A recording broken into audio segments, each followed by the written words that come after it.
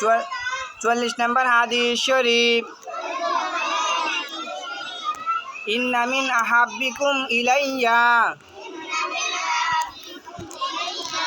আহসানাকুম আখলাকা। ইন্না মিন আহাব্বিকুম ইলাইয়া আহসানাকুম আখলাকা। হাদিস শরীফের অর্থ, তোমাদের মধ্যে আমার নিকট ওই ব্যক্তি বেশি প্রিয়